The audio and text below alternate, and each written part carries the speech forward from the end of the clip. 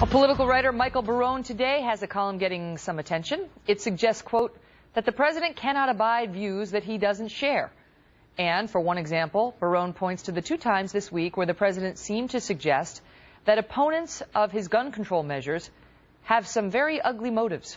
Listen. As far as people lining up and purchasing more guns, I think that we've seen for some time now that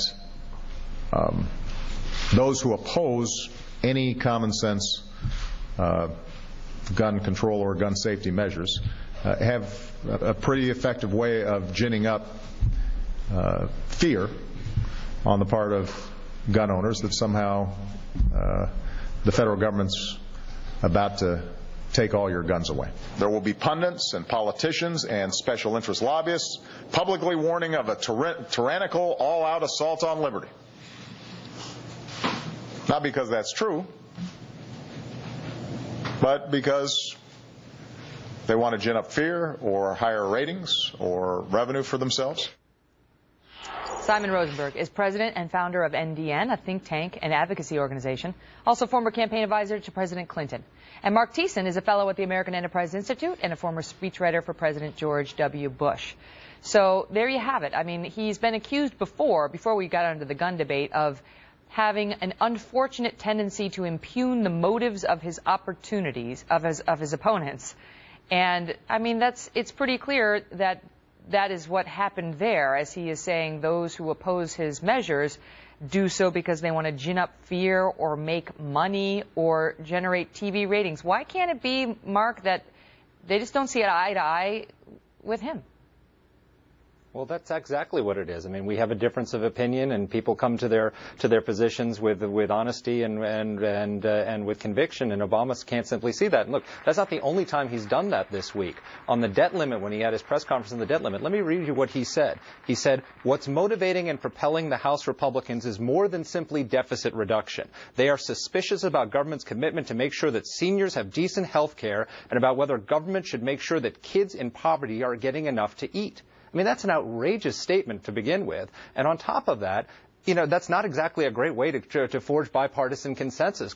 It's one thing to question your opponent's policies. It's quite another to question their motives. And so Barack Obama isn't interested in forging bipartisan consensus on guns. He's not interested in forging bipartisan consensus on the debt. He's interested in demonizing and dividing Republicans, and he's going to continue to do that in his second term.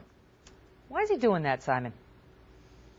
I think it's called politics, Megan. I mean, I think what we expect out of our president, and just like we expect out of the Republican Party, is for them to fight as hard as they can for the things that they believe in, and to make clear about what they believe the other side is doing too. And I listened to Rick Santorum at the Republican convention say that if Barack Obama is reelected, that it will be the end of the republic and tyranny will reign in America.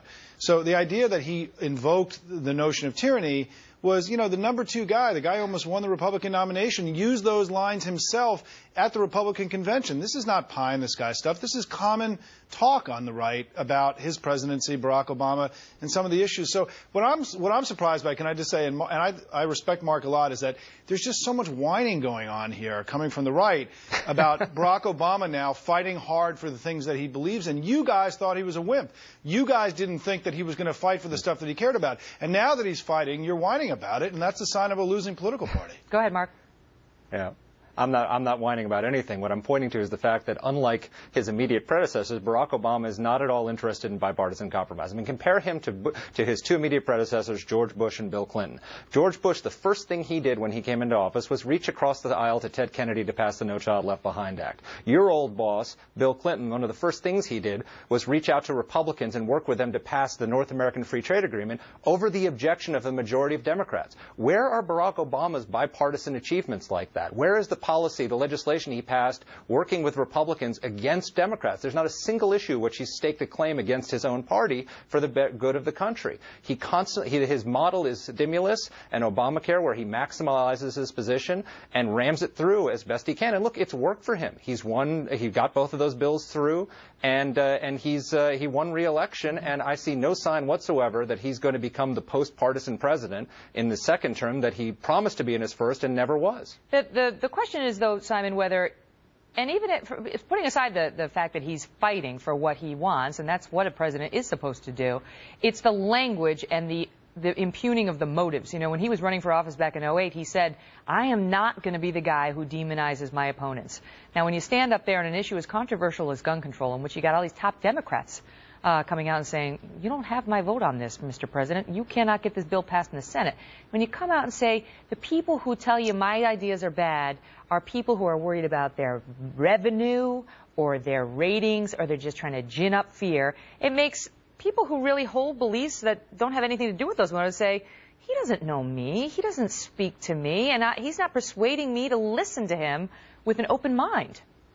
Well, I think, Megan, two things. One is that these were obviously part of much longer press conferences, and there was much more said throughout all of this. And so, you know, you guys picked out the sort of the most controversial parts, perhaps, of the press conference. And there was a much longer and I think more thoughtful discussion of these issues if you pull the whole transcript.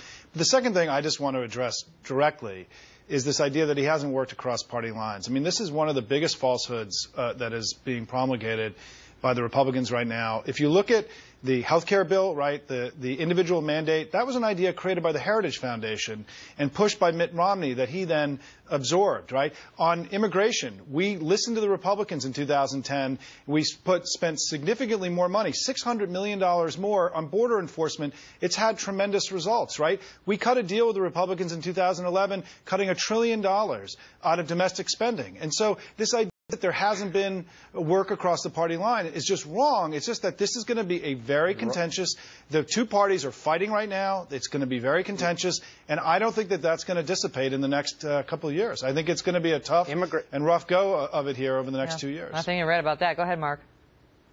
Immigration is going to be a major test for Barack Obama, because this is an issue where Republicans, looking back at the last election, are having a big rethink of their policies. And Marco Rubio has stepped forward and is trying to forge a middle ground on immigration. And that means Barack Obama has a choice. He can either take a maximalist position and try and use immigration, like he's used all these other issues, to drive a wedge between Republicans and Hispanics, or he can reach out to Rubio the way George Bush reached out to Ted Kennedy and try and forge a major bipartisan effort on immigration. So this is going to be a major test for Barack Obama, and we'll soon see if he's the post-partisan president that he promised to be or not. All right, guys. Good debate. Good to see you both. Thanks, Megan. Thank you. We'll take a look at